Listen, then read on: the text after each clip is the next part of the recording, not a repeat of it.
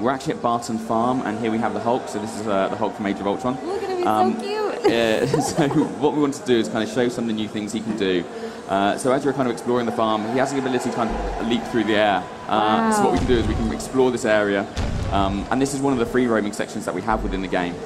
We have some other ones as well. We're going to go to New York City. We're kind of really want to have these areas where you're going to explore. There's races, there's a kind of adventure. You'll encounter characters, all these kind of cool features.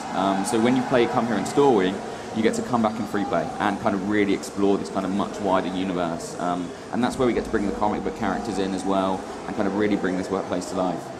Yeah, how true is this going to be to either the comics or the movie? You know, what are we going to see that's familiar and what are we going to see that's different? So we're definitely going to be looking at the movie story. We want to hit all the kind of key points from the Avengers, from Age of Ultron.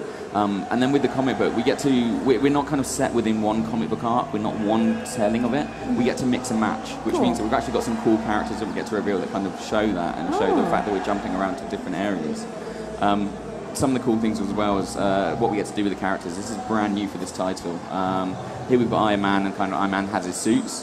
What we can do is we can actually go into Tony Stark's HUD, and then you actually have the ability to change suits on the fly. So what we'll do is we're going to select the Mark 1 armor, and in comes Stanley. So Stan's helping us suit up. And the little chicken too. Yeah, so that chicken actually kind of harassing Hulk a little. It's keeping him hangry. So that gives us the Mark 1 suit, and then we actually have more suits than what we're showing here in the game, but we want to kind of give a bit of a flavour of what the team have been working on.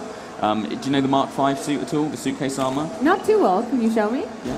So here we go, we've got the suitcase armour from, you can kind of see in the theatrical world. Yes. Cool.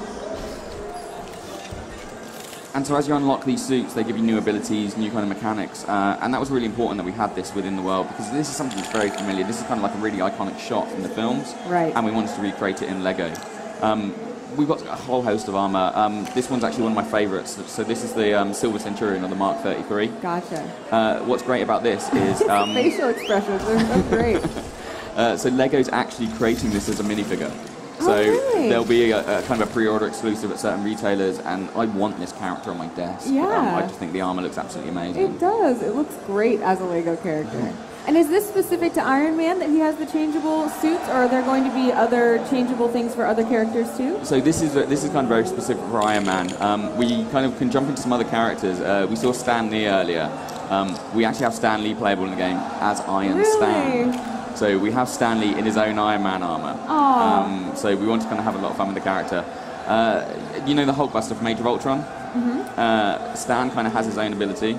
He gets to call in the Stan Buster. Oh wow! So we have the Hulkbuster in the game, but we now also have a Stan Lee themed Hulkbuster. Oh my gosh! Look at his face. So he's got a pencil there. There's a desk lamp. There's a coffee cup. And the team spend a huge amount of time kind of bringing these characters to life. It's got one of my favourite animations at the moment, where Stan kind of pops out and he starts working away on this typewriter. So they do an incredible job of really bringing these characters to life. And the Buster's changing the typewriter for him. So that's that humor that I love so much about this game, that it's not necessarily jokes, but just it's delight kind of brought to life. And as somebody who works on this game, how do you go about creating those delightful situations? Is it just, you ask yourself what you would like to see?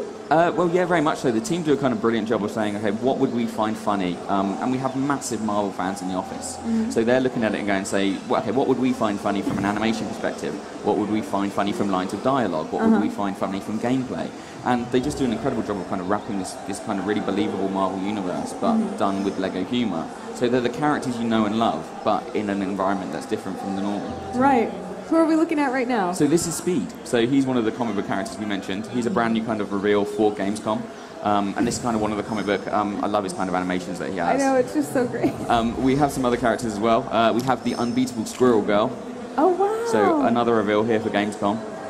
So Unbeatable Squirrel Girl. We know there's some massive fans in the office who in particular wanted to get Squirrel Girl back into the game. Are you up to date on your Thor? So we have actually Thor, but it's Jane Foster. Oh wow, so that's exciting. This is what I was meaning about the kind of the ability to mix and match both new and old content. So stuff that's brand new, kind of with kind of current Marvel themes, as well as classic characters in there. We've got other characters as well. So we've got Kamala Khan.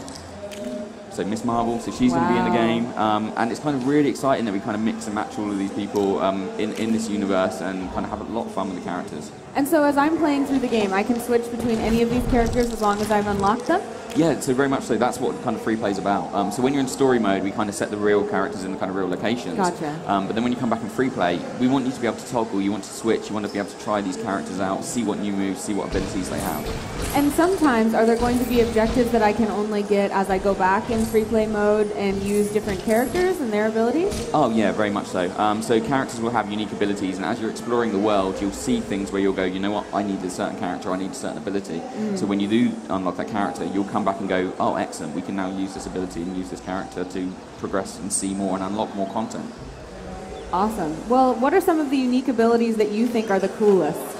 So one of the great things, we've actually got this ability to team up characters together and do special moves. So as you're fighting, you can build up a charge meter, and then what you can do is you can actually trigger these special moves.